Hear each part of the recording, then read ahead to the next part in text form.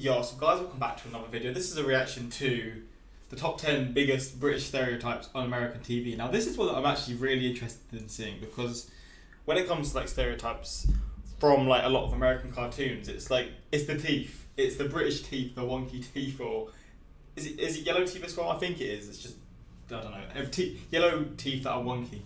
That's one thing I know. That we all like speak the same. I don't know what else. I can't really think. It'll probably pop up and then I'll realise, yeah, I remember seeing these things or whatever. But I don't know. It's just quite funny, to be honest. I've been doing a lot of like Family Guy reactions, which is obviously not the same as this, but there's a lot of stereotypes in that show. So I'm sure some of them will pop up here. But other shows, other cartoons, just anything in the US that's aired in the US, I'm intrigued to see what things are portrayed, that British people are like portrayed as. But we're just gonna check this out. Hopefully you're going to enjoy. I mean, yeah, shout out to my Instagram, my Twitter, links in the description for those interested in following. Same for Patreon, links were there for those interested. A lot of Patreon exclusive videos that get blocked, all that kind of stuff, they get posted to my Patreon. But yeah, I'm kind of worrying that it's not gonna work because it keeps buffering. We're just gonna see, but yeah, let's check this out. We all love a bit of American telly, the high drama, the straight white teeth. But there are some things that, as British people, really butter our crumpets. Hello and welcome. Crumpets, tea. But would that be in shows? I mean, we'll see. Welcome to Watch Mojo UK. For today's list, we're counting down our picks for the top 10 British stereotypes in American TV. Before we begin, we publish new content every day, so be sure to subscribe to our channel and ring the bell to get notified about our latest videos. So hot in there, man. For this list, we'll be taking into consideration all of it. The annoying... Do you like my little fan that I've got? I bought this for summer and it actually came in alright because it's not too loud and it keeps me coolish instead of getting a big fan, and I don't blow as much dust in my face because the big fan, there's just going to be dust flying about. No one cares, I don't know. Often contradictory recurring tropes that come in the form of one-off or regular characters and more general characterizations. If you saw a picture of him and a picture of me and you were asked who should be named Wesley Snipes, you'd pick the pale Englishman every time, Les. Number 10, we all talk like we're from London, mate. If you're watching an American show with a British character, there's a high chance that they'll speak with either a Cockney accent or the Queen's English. Yeah, I see. Actually, that's a good point. I mean, the thing is, the Cockney is such a small portion of people. Like, I don't even know how many people are considered Cockney, but it's like, I'm sure it's under 1 million. Like, it's probably under like 2% of English people that are even Cockney. I don't know. I don't actually know, but yeah, I do remember seeing that in shows as well as the Queen's English. And nothing else. Make with the tea, Jeeves. Yes, very good, sir. The former will depict someone from the lower class, naturally, and the latter the upper crust, don't you know?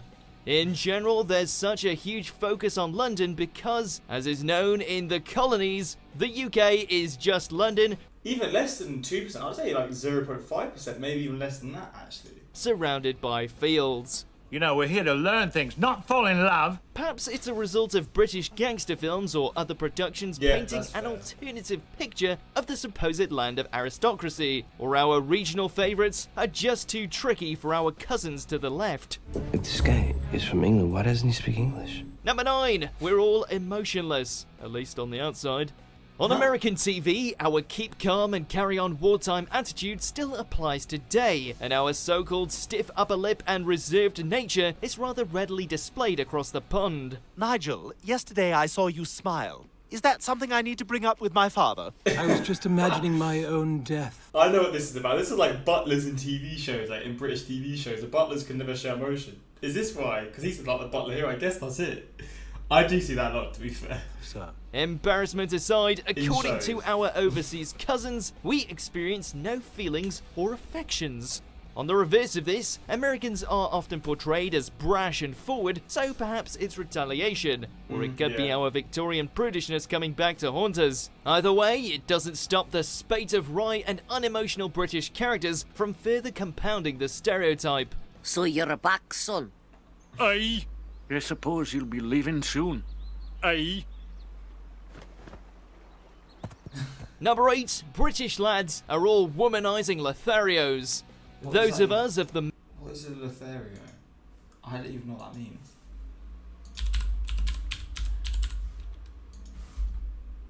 a man who behaves selfishly and irresponsibly in his sexual relationships with women. So what's it? British lads are all womanizing. I mean, I'm not gonna. There's probably a lot of sections of people that are like this, to be honest. I guess, but I don't really know. I guess it's just every country will have people that are like that. Womanizing Lotharios. Those of us of the male persuasion who do have... Is it like speaking to females in a certain way? Is that kind of what it means? The confidence to talk to the opposite sex apparently have it by the barrelful, because obviously we are all like Russell Brand. Fellas! I'm so happy you could make it. The stereotype that British men can just saunter across the Atlantic and pick up romantic partners with the power of their words alone shows that there is seemingly no middle ground between the shy and retiring and the aspiring Romeos. You know there's something about the way he talks. No. I don't know what I mean then. I could listen to him read the phone book. It comes as part of the rock star image, which brought with it supposedly irresistible accents and flamboyant dress sense, all with an arrogant nature. Can I? Just a peek, love. Number 7, we're all overly apologetic and polite. Not me. Okay, What? so this one is our own doing, as saying sorry is what we do best. But it can still be irritating when it gets overused on American television. Well, we're all out of time. Join us same time tomorrow if it's not entirely inconvenient for you. If so, of course, we do understand, and we do apologise in advance. This has all been an imposition. I'm so dreadfully sorry. Sorry, everyone. The extent of British politeness is certainly over-exaggerated in American comedies, with Family Guy predictably being one of the worst offenders. Whilst being polite and having manners and etiquette is ultimately a good thing, it gets to the point where it makes Brits look grovelling. In fact, there are several countries that are generally considered to be more polite than the UK, such as Japan, New Zealand, and Canada. So sorry, America, you're wrong. Sorry. Sorry, old boy, sorry. I could kill you with my thumb, you know. Number 6, we're all hyper-intelligent. There's no fog in... I mean, if my channel doesn't completely disprove this, I don't know what does, man. That ain't true. London. And I passed a lot of my things that I needed to in my country, so I done a lot better than some people. I was like a little above average in my school, and my school wasn't the best school. It was actually one of the worst. Actually, I was quite, on some subjects I was a lot better than other people. Some subjects I wasn't, but I was probably around just above average in a pretty bad school. But that was loud.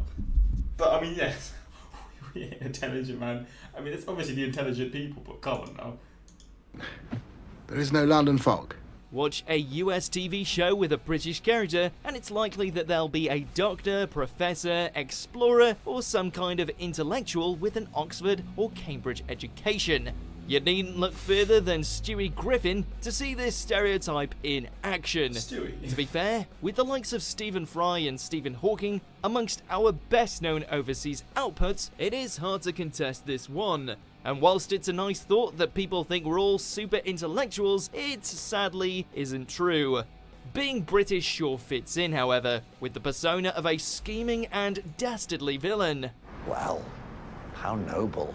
Number 5, we're drunk all the time. What? What'd you say? Danny one. Danny Wah, okay. Danny one. Danny Wah. There's definitely a big I mean, drinking culture who here. doesn't enjoy the odd Very drink? big.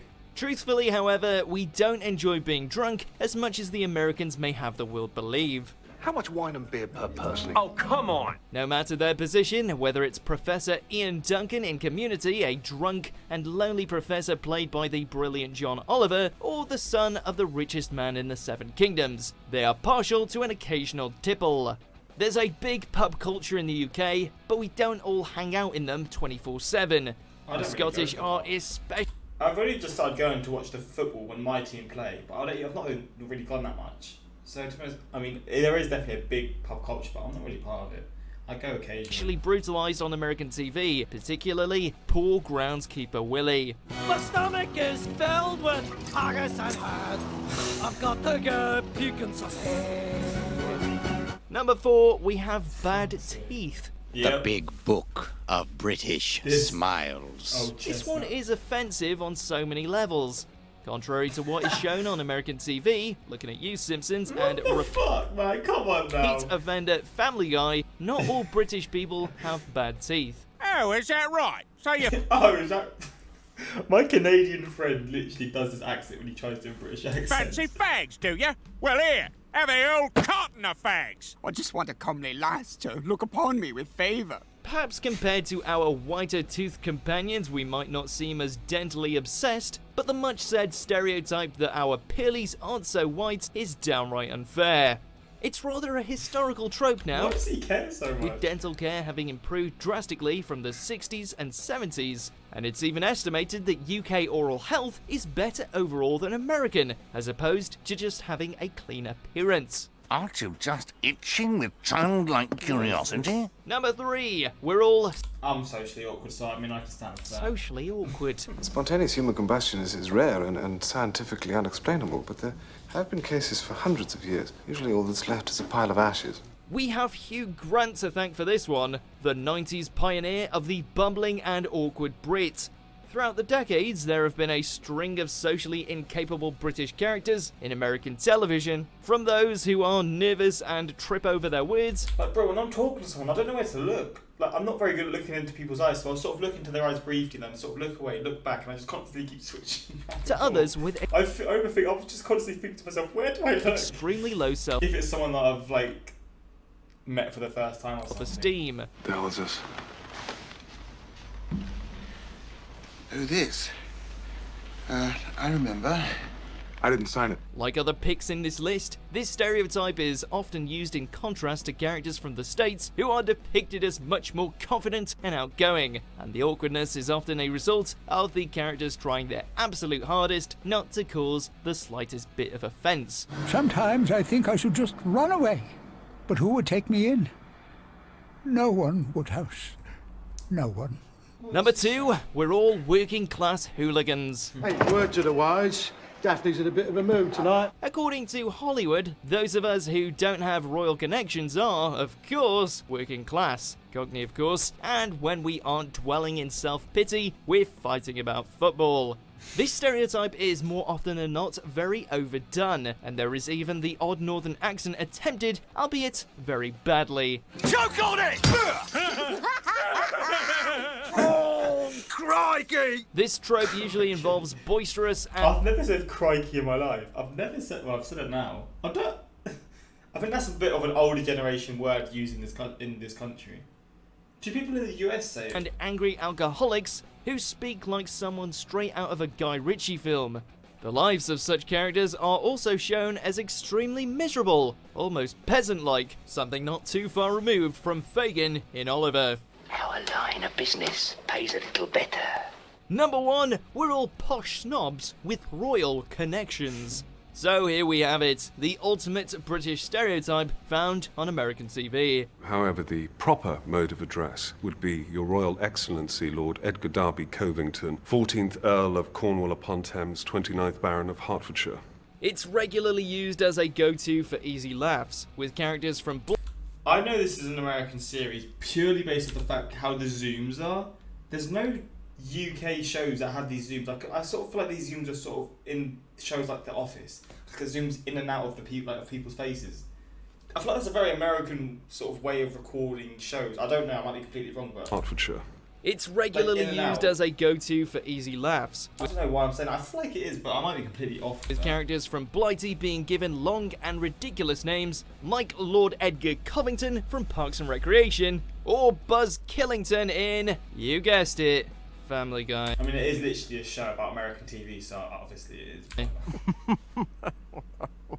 Now, who here likes a good story about a bridge? There's also an assumption that either we all know the Queen, or we have all at some point in our lives run into royalty, such as in the London episode of Friends, where they just happened to bump into Fergie, and everyone else was rude and dismissive. Hi, Chandler.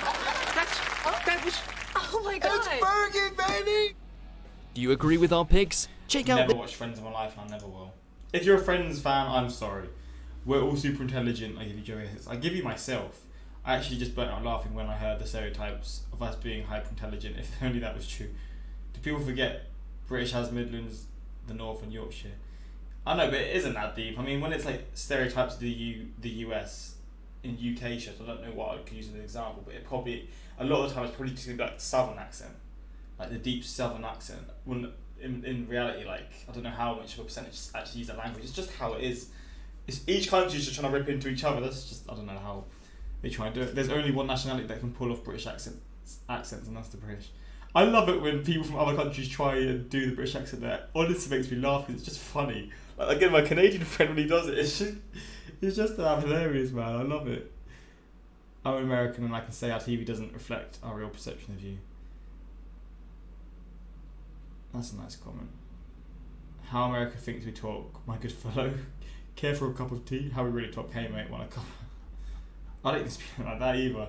But yeah, man, interesting one. I mean, I don't know if people really care for this reaction, but I've always been looking for certain videos to see like this, and obviously this popped up, so I've done the reaction. But if you want more things like this, I don't know what else there would be. Suggest them in the comments and be sure to do so. But yeah, until next time, like, subscribe. Peace.